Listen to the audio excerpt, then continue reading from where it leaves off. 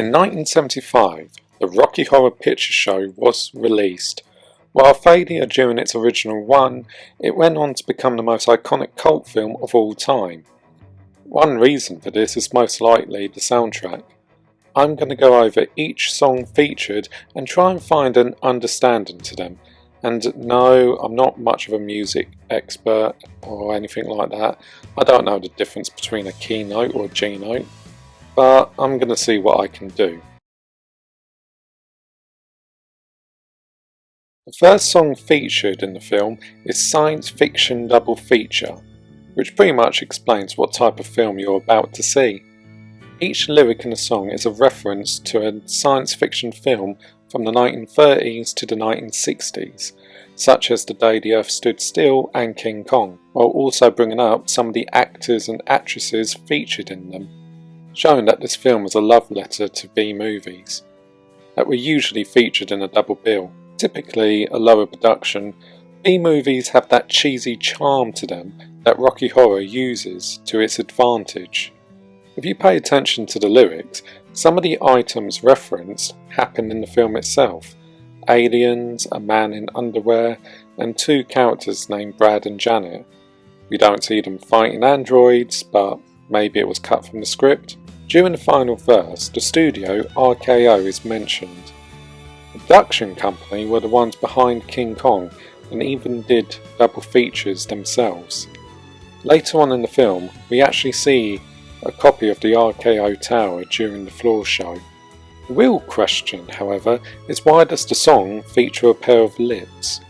In the stage show, the song is sung by the usherette, people who used to work in a cinema who gave out food and drinks before the film starts, which fits in with the whole film vibe the show presents.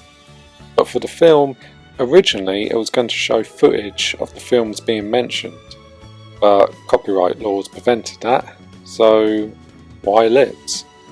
The lips belong to Patricia Quinn, who plays Magenta in the film, while the singing was done by Richard O'Brien. In my personal theory, I think it's Riff Raff and Magenta reporting about the events of the film back to the planet Transylvania, and the whole film is being told from their perspective. In Dammit Janet, we meet Brad and Janet, our so-called hero and heroine. After seeing their friends get married, Brad pops the question to Janet, who happily accepts. This song shows what type of characters Brad and Janet are. Just by listening to their verses, Brad is clearly a traditionalist, proposing to the woman he claims to love and hoping she'll say yes. As we find out later on in the film, it's clear Brad is really pushing for this to be a true Hollywood type happy ending, which is why the lyrics and song itself is very cute. But when we hear Janet sing her verse, we see a different side to this. While Brad is singing about his devotion to Janet, Janet herself is more interested in how her ring is nicer than her friend's, showing that she's more interested in material gain than actual affection. Even with her singing she's mad for Brad and he knows her parents, it's clear she wants things to go down the traditional route as well. For the final verse, Brad mentions going to see the one who began it, that being Dr. Scott, the teacher whose class Brad and Janet first met, so they can tell him the good news. This sets up the character later on in the story. During this number, we see certain characters in the background who look similar to characters we later see in the film. This is because, at least according to a script, this is actually them in disguise, showing that from the very start, Brad and Janet's visit wasn't a chance meeting.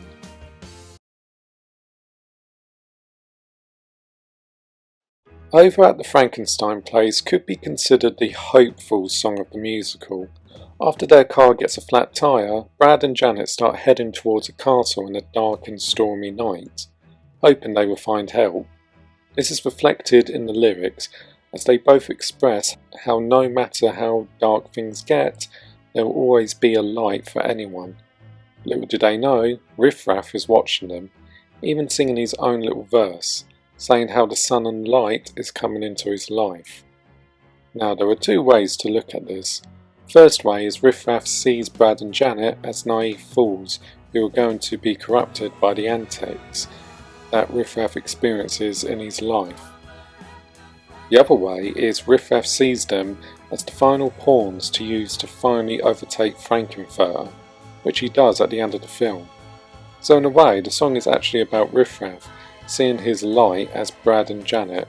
That would be the domino effect that would lead him into going back to his home planet. The show's signature song and one of the easiest dances in history, the Time Warp is the big musical number that everyone knows. Even people who have never watched Rocky Horror know this number, as it's been played at weddings, birthdays, funerals. It's a song and dance that everyone can join in. But how does it fit in the story's narrative? The song starts with Riff Raff and Magenta singing how time is fleeting away and the madness is about to take over. Despite trying to remain in control, the madness is victorious and Brad and Janet are swept into the world of the Transylvanians, the Time Warp itself being seen as their personal anthem. Both verses from Riff Raff and Magenta sing about how doing the Time Warp helps them feel free, and once you've entered it, things will never be the same again. This is further proven with the character of Columbia, a groupie who was one of Frank-N-Furter's many lovers. She sings how she met someone who introduced her to the Time Warp and how her life was never the same again. This foreshadows what Brad and Janet will go through. Once the song ends, all the party guests fall on the floor, almost like doing the Time Warp took the life out of them, until the owner of the house makes their first appearance. Frank's big debut in the film, and one of the most iconic, each verse has a certain element that spells out who and what Frank is. The first verse introduces themselves and explains that Riff Raff is their handyman and was expecting the Candyman, a term that means someone who sells drugs. The second verse is them explaining how they shouldn't be creeped out by their appearance, and while they don't have the traditional man appearance, they are fantastic in bed, proudly claiming what they are and where they came from.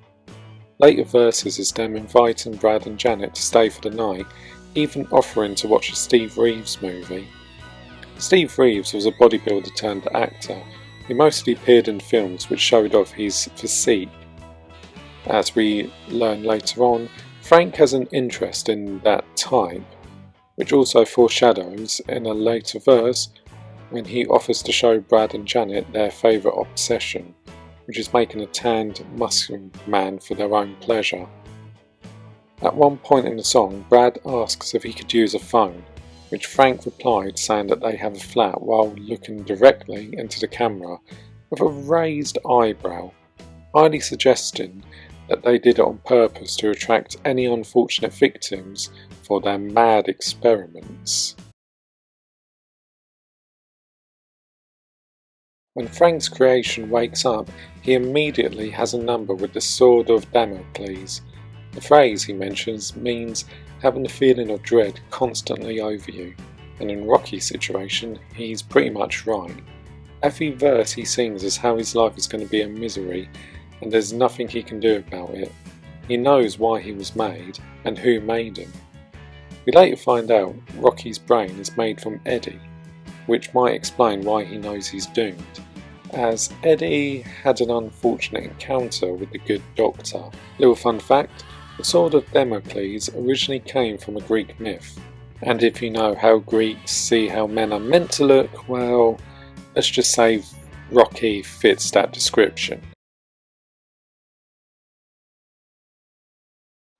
Speaking of which, we have Frank singing how they're going to make Rocky even more of a man by giving him the perfect exercise routine. This exercise routine was the Charles Atlas method, a muscle building program that was popular in the 50s that promised to make you a man in 7 days. This shows that in Frank's eyes, Rocky is nothing more than a plaything.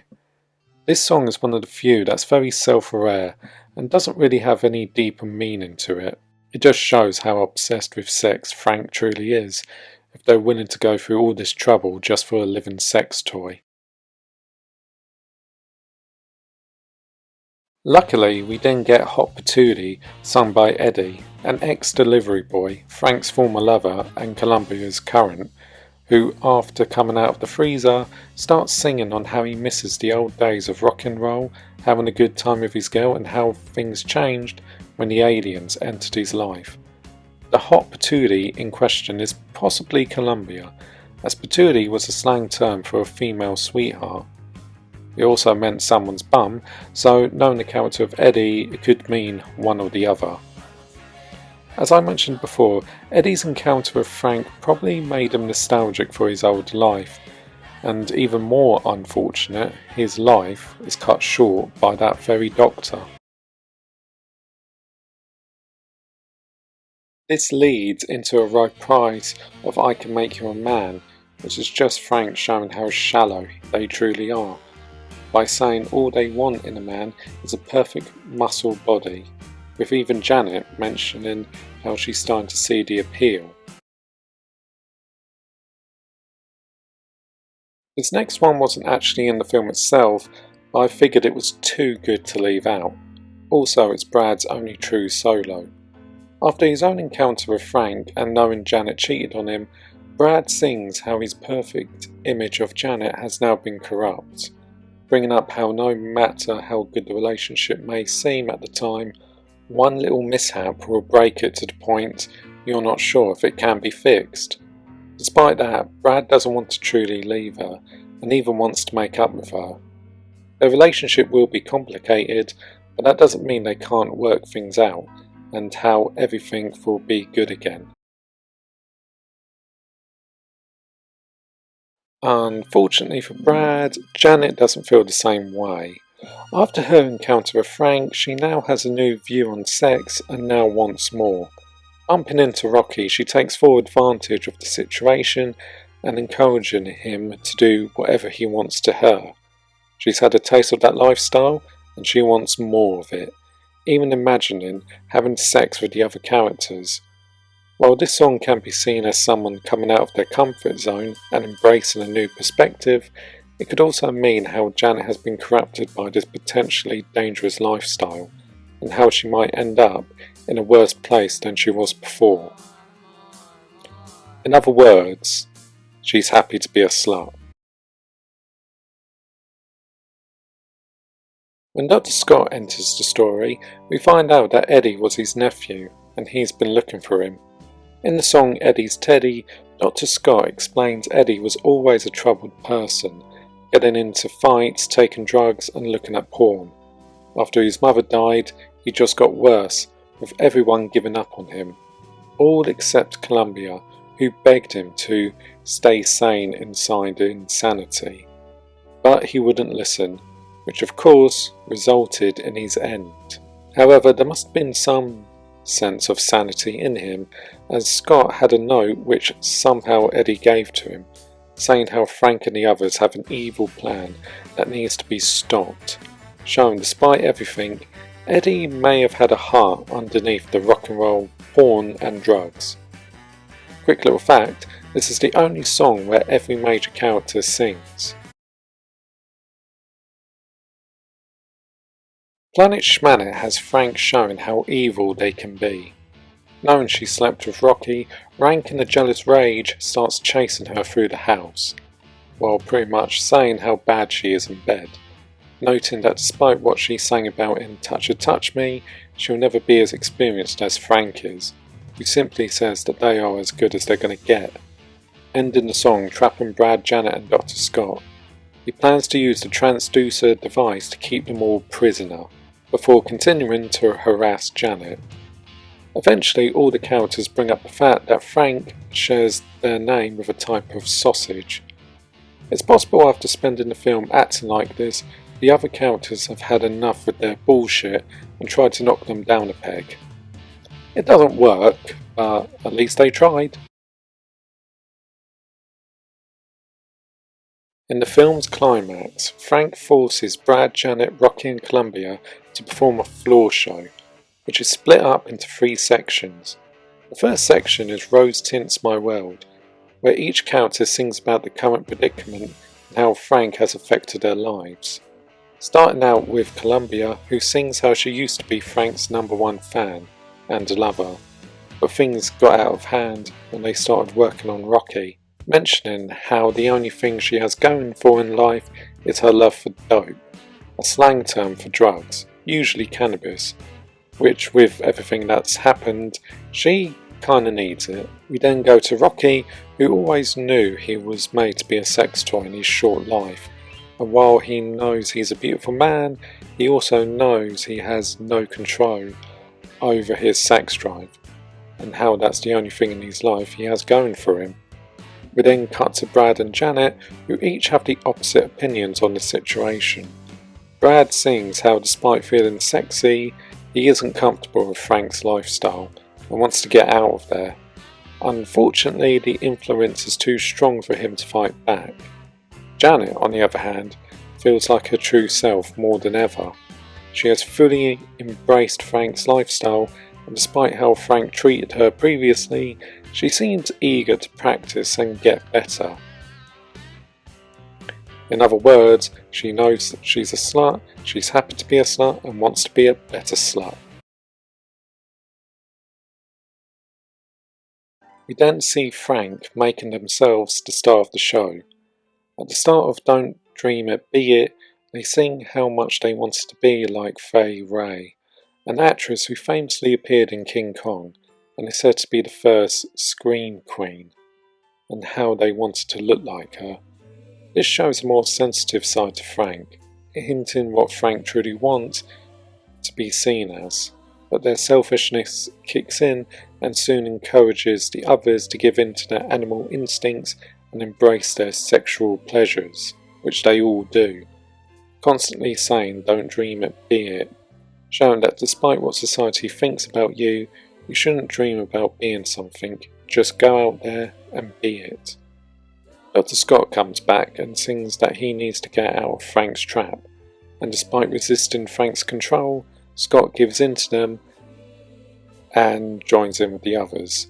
Meanwhile, Brad still wants to be safe, while Janet is just enjoying herself, to the point of praising Lily St. Cyr, a well-known stripper and dancer.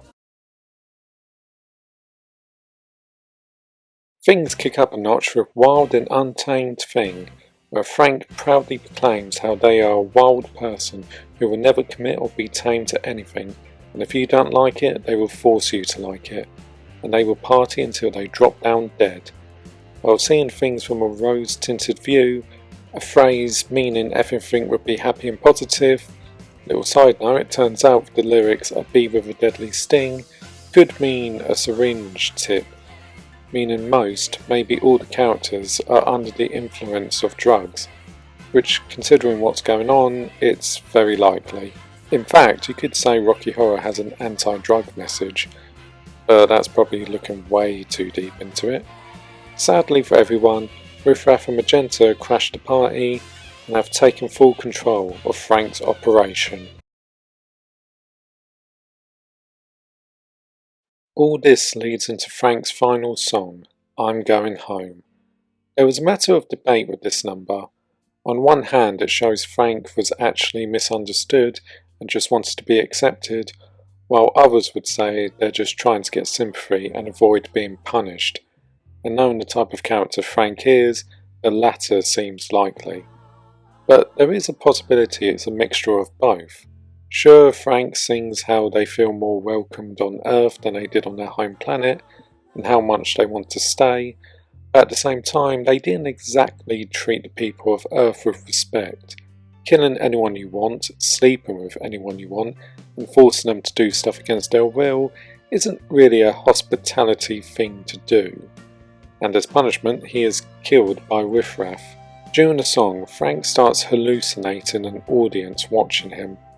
Throughout most of the film, Frank did occasionally speak directly to the camera, like they knew there was people watching, and in this scene, we see that in their mind, there's always an audience watching them.